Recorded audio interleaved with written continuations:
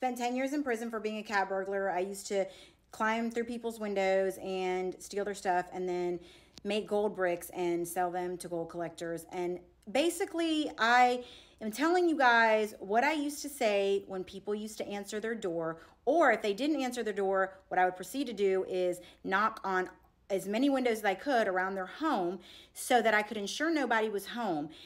But if somebody popped out a window eventually or opened the door before I even got to the window part, this is the monologue I used to say so that I could make my presence excusable, because what kind of weird creep is in your backyard literally knocking on your windows? And also, why are you knocking on my door so much in the middle of the day like this, and I don't even know you? So I had to say something that made my presence excusable and not weird and creepy, because I didn't need anybody calling the police on me. Are you kidding me? So this is what I used to say. So first I would scope out the street and try to make sure that there was nobody out there, nobody gardening or exercising. Then I would make sure there were no cars in the driveway. If both of those criteria were met, then I would pull into their driveway like I was supposed to be there very confidently. And at that point I would start ringing and knocking, ringing the doorbell, ring, ring, knock, knock.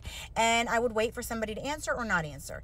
I would do this incessantly, like a lot. And if nobody would answer, I would take it a step further, because maybe they're in the shower, maybe they didn't hear me, maybe they have headphones on, I don't know. Now, if somebody did happen to answer the door, mind you, I knocked a lot, y'all, but if somebody did happen to answer the door, this is exactly what I would say. Hey, I'm here to pick up Sammy and Rufus. I'm with the dog grooming spa and I'm the transportation service. Are they ready to go for their day out? And they would be like, you have the wrong house, ma'am. And I'd be like, I am so sorry. You know what? I'm going to have to go back to the car and check the address again, call the spa and check with my boss. I really apologize. I hope you guys have a great day. And I would go about my business. And because I'm talking to them, I'm friendly, I don't look the part of a grungy burglar.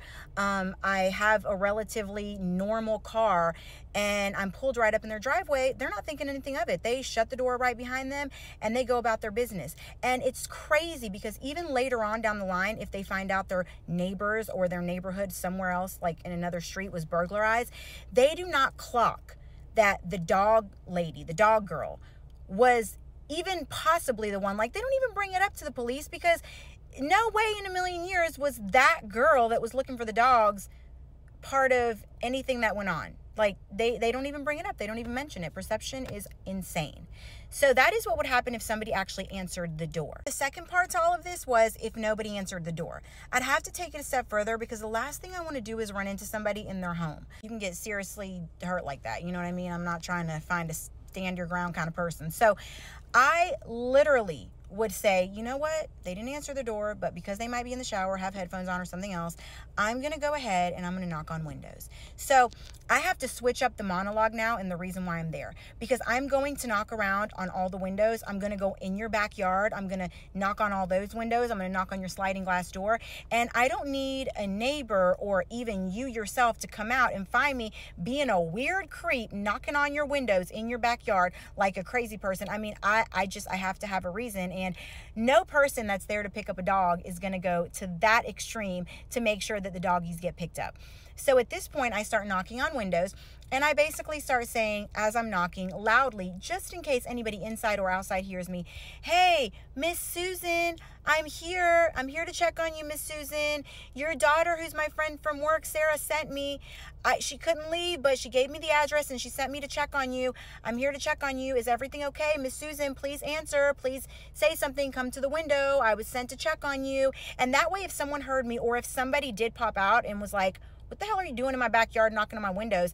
I would have a legit reason that at least at the moment seemed like it was fair enough to why I would be on their private property in their backyard, right?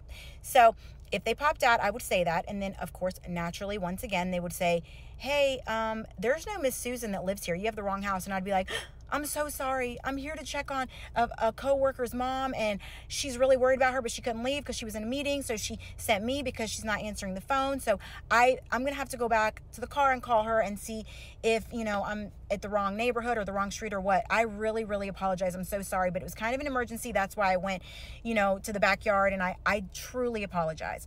And because, once again, I'm in their face, I'm talking to them, I'm sounding legit, I'm confident with it, and Most importantly, I look unsuspecting and very not threatening. I don't look threatening at all.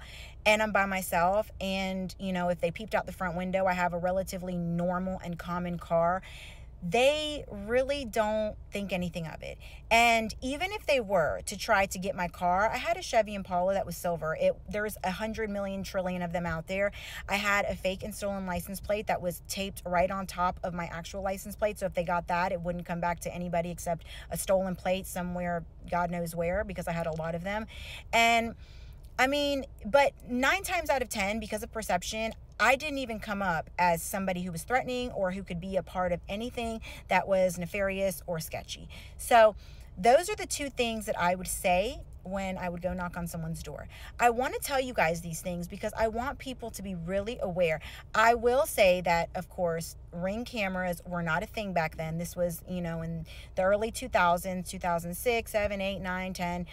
And cameras like that, they weren't really a thing. And if there was a camera where someone could just talk to me through the camera or something like that, this in a million years would not work, okay? But back then it did. And I just want people to be aware of the people in their neighborhood who don't belong. Doesn't matter what they look like. Doesn't matter if they look like me. Doesn't matter if it's a female and they look unsuspecting. I was doing all of this by myself, all alone, going all the way through with it, and nobody could ever ID me. I never even came up as a suspect when I finally did get arrested because I never got mentioned to the police or any detectives. The reason why I said I always wore scrubs is because I could then look like I was legitimately coming from work somewhere to check on somebody's family member, or I was part of a dog spa, and I had on scrubs because at a dog spa, you are doing things like giving dogs baths and whatever, and that might be the uniform. So I looked totally legit, and that right there threw everybody off. I mean, I had so many detectives coming in and looking at me and then just turning around and walking out because they were like,